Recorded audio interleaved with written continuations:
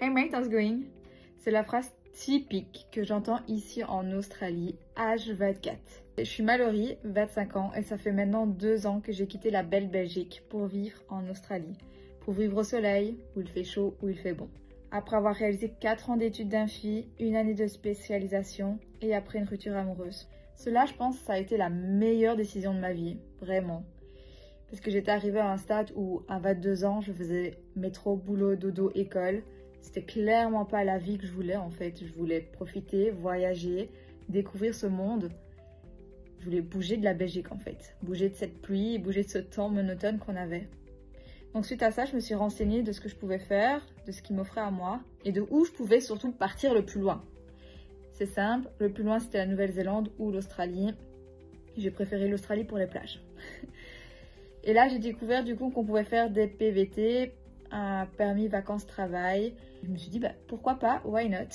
Et quand j'ai découvert ça, dès que j'ai fait ma demande et que ça a été accepté, j'ai pris ce billet d'avion qui m'a ruinée parce que je suis partie en janvier, le 10 janvier 2023, et que c'est l'été ici en Australie, c'est à l'inverse de nous.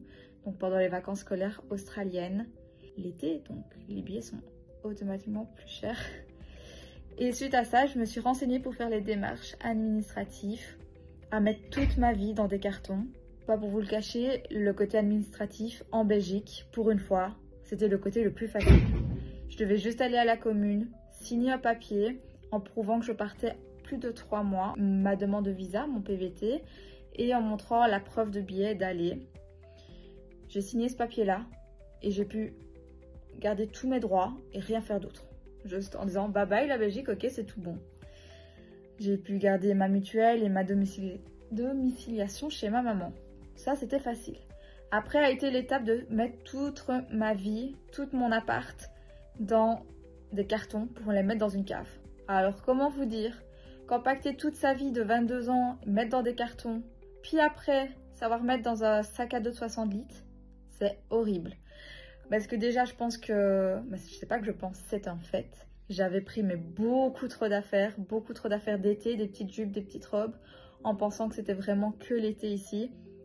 Fun fact, il y a la drache, il y a la saison hivernale, il y a même une saison de ski dans la montagne, et il fait froid. Voilà, là je suis en pull, parce que c'est l'hiver actuellement, qui fait très froid, il peut aller jusqu'à des -1 la nuit et des... je sais pas combien la journée, je n'ose même pas regarder tellement qu'il fait.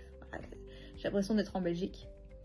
Après avoir compacté toute ma vie dans mes cartons, avoir pris trop d'affaires dans mon sac à dos, avoir pris mon doudou, j'étais du coup prête à monter dans cet avion, à souffler un dernier coup, à franchir le pas de passer la sécurité, de quitter cette Belgique. Et je me suis retrouvée du coup à faire 26 heures ou 29 heures d'avion avec une seule escale. Et je me suis retrouvée du coup à Sydney, perdue au milieu d'autres backpackers, au milieu d'une ville énorme d'Australiens qui ne fait que parler anglais où moi je ne comprends rien. J'étais clairement perdue, j'avais la sensation que c'était la pire erreur de ma vie parce que les premiers 24 heures en fait tu découvres, tu te retrouves seule, tu es perdue, tu sais pas où tu es. Et de là, j'ai pris, grâce à une association, 1 mois de cours d'anglais où j'ai été logée dans une famille d'accueil chez une dame qui du coup ça m'a permis d'apprendre les bases d'anglais parce que c'est pas les notions de néerlandais qui allaient clairement m'aider ici. Clairement pas, voilà, je peux vous le dire. Peut-être que si j'aurais parlé coréen ou asiate, peut-être que ça m'aurait clairement aidé parce qu'il y a beaucoup de personnes asiates et même beaucoup de français, mais ça c'est une autre histoire. Mais voilà, j'ai fait 1 mois de cours d'anglais et grâce à ça j'ai pu ouvrir mon compte australien bancaire, avoir un numéro australien, faire la demande TFN, donc un numéro d'identification pour travailler, et ouvrir un compte pension épargne où c'est ton employeur qui met de l'argent dessus et que tu peux récupérer cet argent-là quand tu quittes l'Australie. Je pense honnêtement, sans mon cours d'anglais, sans mes cours d'anglais que j'ai eu pour apprendre les bases, j'aurais clairement pas su faire ça. Je pense que déjà actuellement j'ai encore du mal à épeler mon prénom. Alors à ce moment-là, je pense que je ne savais même pas la différence entre I et E en anglais. Je pense que je l'aurais écrit à la française et que je l'aurais dit aux gens à la française et que bah, je me serais retrouvée avec un prénom qui ça aurait été mal. Je me serais pas retrouvée avec mon bon prénom pour mes documents officiels en Australie, ça aurait pas été top, je pense.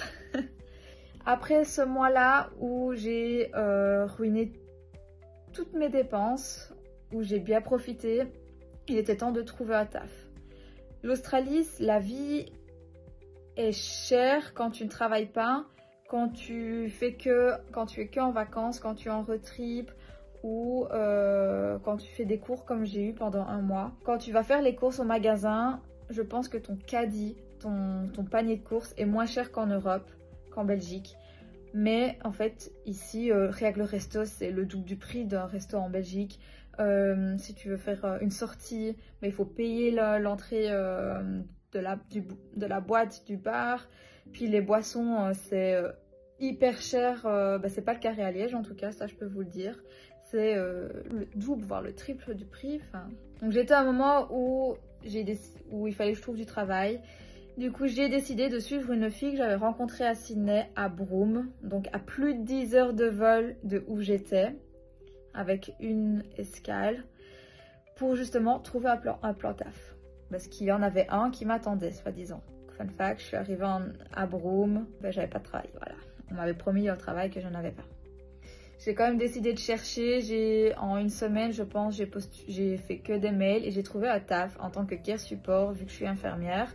Donc juste accompagnée de personnes handicapées, meilleur taf, super bien payé, taf hyper chill. Sauf que malheureusement, ça ne compte pas pour valider ces jours. Parce qu'après 7 mois en Australie, après avoir vécu 6 mois à Broome et avoir fait 6 mois de taf en tant que care support, j'ai décidé de rester une deuxième année. Très belle idée, Mallory. Sauf qu'il faut travailler 3 mois dans un travail éligible.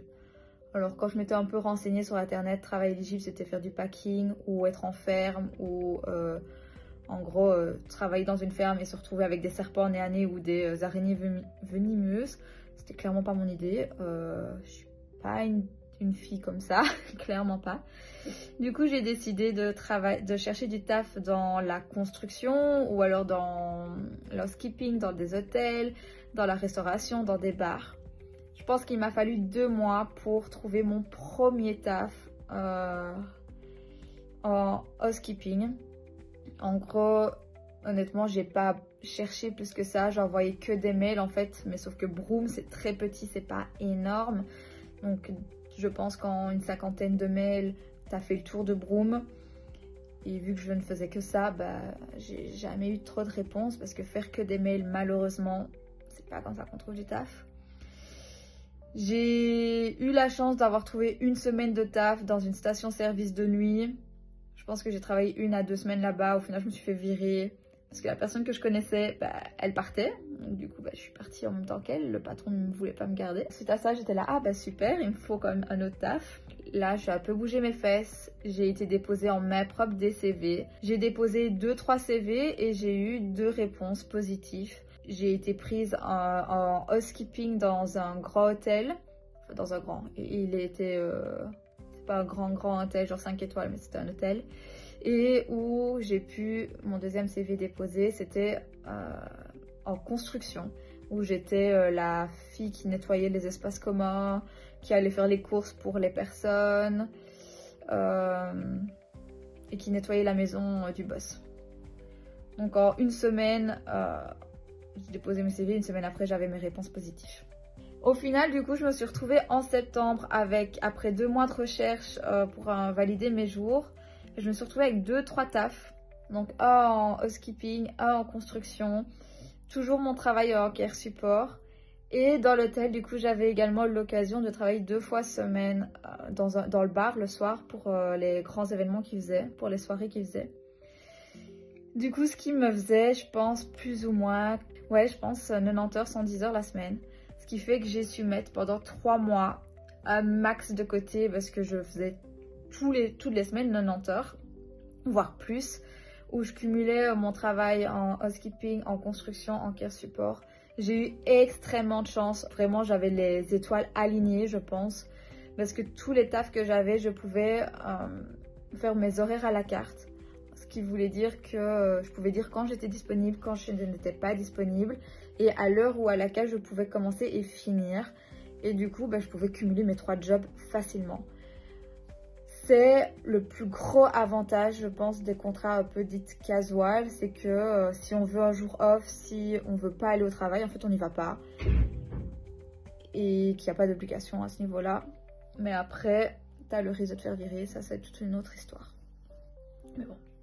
À la fin de mes 3 mois, quand j'ai eu enfin fini mes 3 mois de travail éligible, j'ai décidé de partir en vacances, de faire un road trip, de rentrer un peu en Belgique. Sauf que malheureusement, l'argent n'est pas éternel. J'ai dû du coup revenir en Australie sur ma 2e année pour chercher du taf. Cette 2e année-là, ça a été plus facile. Je pense que j'ai déposé des CV.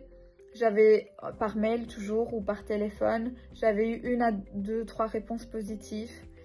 Donc moi, j'avais fait road trip Broome-Perth. Donc ma voiture était restée à Perth. Je suis rentrée, j'ai eu une proposition d'emploi à 5 heures de Perth de route. J'avais fait l'aller en un week-end pour faire l'essai, pour au final entendre dire que c'était pour que 30 heures semaine. Perdue dans une petite ville. Je fais, en fait, ça vaut pas le coup. Je suis redescendue sur Perth parce que le lundi d'après, enfin, le vendredi, j'avais l'essai.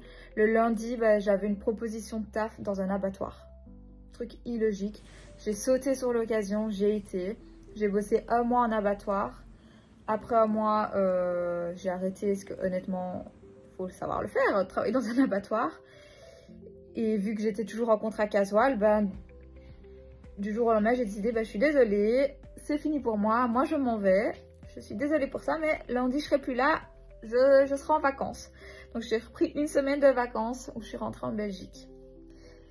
Le jour où je suis revenue en Australie, je descends de cet avion-là et je reçois un coup de fil disant qu'il y a une proposition d'emploi dans une road house au milieu de nulle part et que si en gros on est ok, on peut passer l'appel de l'entretien et tout ça.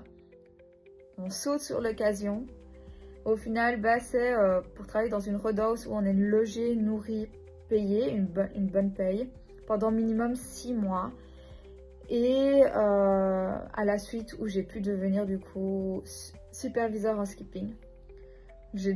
On a donc sauté sur l'occasion, on a fait 19 heures de route en voiture pour se retrouver au milieu de nulle part où en fait la ville la plus proche est à 3 heures de route.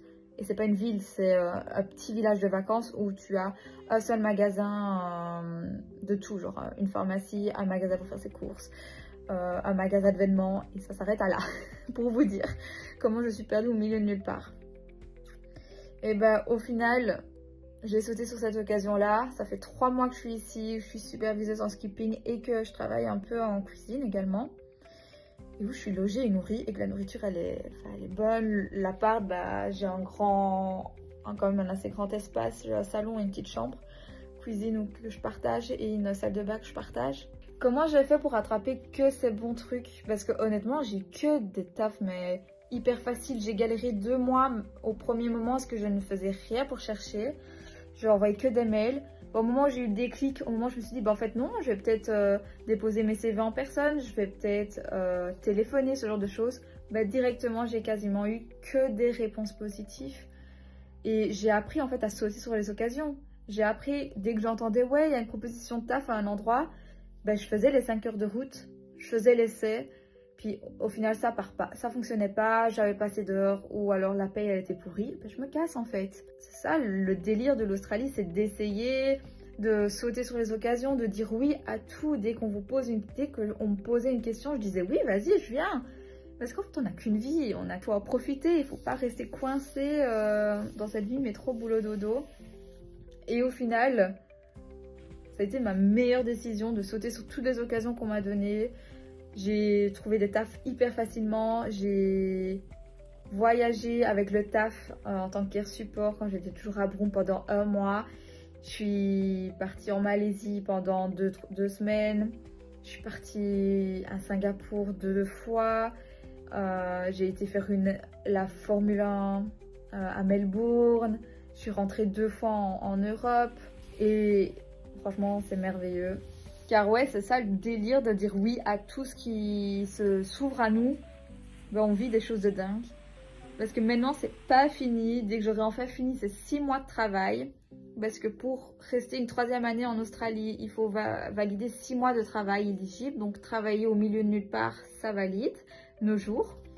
Après ces 6 mois, je vais pouvoir faire 6 mois de vacances, 6 mois de voyage, refaire un gros road trip de plus de 10 000 km en Australie, visiter le Japon, visiter la Philippine, faire tout un road trip de 2 mois en Nouvelle-Zélande. Car c'est ça le délire, c'est qu'en fait l'Australie te donne tellement d'opportunités de travail que si tu arrives à bien sauter sur l'occasion et que si tu arrives à être débrouillard, tu peux dire oui, tu peux faire et mettre un max de côté pour justement visiter, voyager d'autres pays ou revenir en Belgique avec des projets bien sûr. Mais moi mon délire c'était de visiter, de voyager. Et là après 6 mois de travail que j'aurais fait cette année, je vais pouvoir partir dans 4 pays différents, faire un road trip de 10 000 km de 2 mois, faire 6 mois de voyage, ce qui est énorme. Et l'occasion, en fait, je pense qu'on n'a ça qu'une seule fois dans notre vie. En tout cas, pour le PVT en Belgique, c'est avant ses 32 ans. Dès que l'occasion s'est présentée, j'ai passé le pas, j'ai sauté le pas. Ça a été ma plus belle décision de ma vie. Et en tout cas, je ne regrette pas.